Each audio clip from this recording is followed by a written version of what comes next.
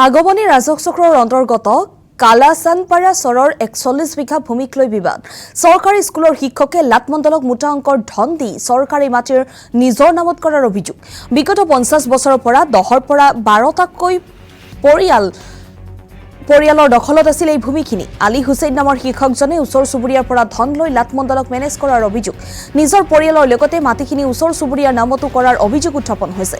১০ৰ পৰা ১২ ঘৰ পৰিয়ালে ভূমিডোখৰত বগৰী, কল আৰু আম খেতি কৰি আহিছে। কিন্তু আলী হুছেইনে চৰকাৰী ভূমিডোখৰ আগমনী ৰাজহ চক্ৰৰ লাটমণ্ডল কালামৰ জৰিয়তে নিজৰ নামত কৰাৰ অভিযোগ। ওচৰ চুবুৰীয়াৰ পৰা মোটা অংকৰ ধন লৈ নিজৰ নামত এটা অংশ ম্যাদী কৰাৰ অভিযোগ। লাটমণ্ডলে আলী হুছেইনৰ ঘৰতে বহি জৰীপ কৰাৰো অভিযোগ উত্থাপন হৈছে। পৰিয়ালৰ বাকী সদস্যৰ নামত চক্ৰান্তৰে অলপকৈ ৪১ বিঘা ভূমি দখল কৰাৰ পৰিকল্পনা। ঘটনাক কেন্দ্ৰ কৰি কালাচানপাৰা চৰত সৃষ্টি হয় উত্তেজনাৰ।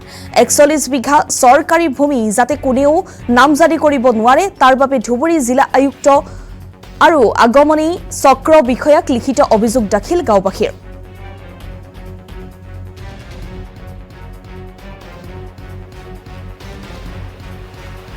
এটা হৈছে এই কালাচানপাড়ার শগুনচরা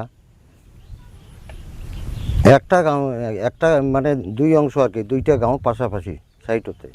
তা কালাচানপাড়ার আমরা ৩০, ৪০, ৫০ বছর থাকিয়া হাল কৃষি করি ফসল উৎপাদন করবে নিচ্ছি।